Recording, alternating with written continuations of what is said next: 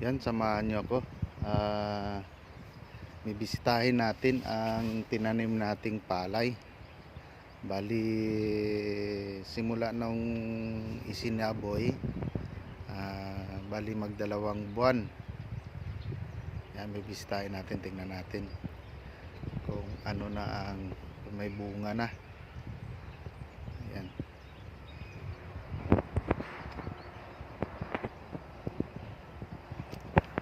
Kasi magdalawang buwan na, hindi pa natin na i-vlog.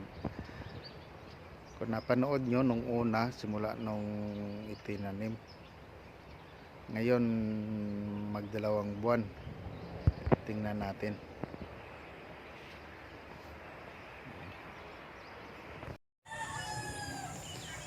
Yan na.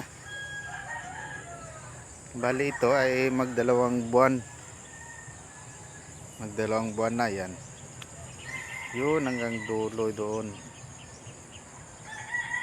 Ayan, bali sobra 1 hektar. Yan hanggang doon. Yan. Ayan, bali parang berdi-berdi ang kulay. Maganda, walang masyadong maraming damo. Ayan.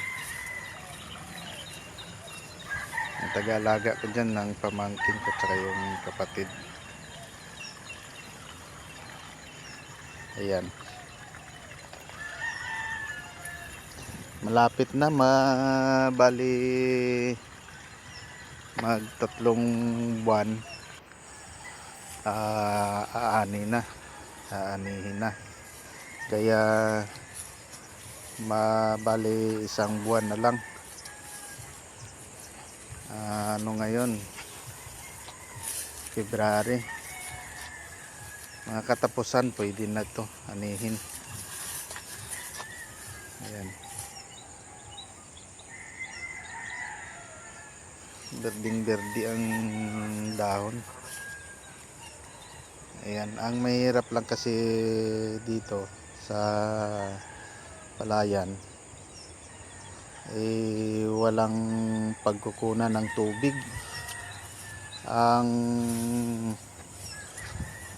Ang pag-asa lang dito pag tumanim, bali sa ulan. Kaya may butas, nagpabutas ako, 2 butas na mapagstaka ng tubig, pero hindi pa rin makasuporta kasi gawa nga ng sa ulan lang. Pag walang ulan, wala ding tubig ang yung pinabutasan ko. Kaya bumili din ako ng pang bomba sa tubig.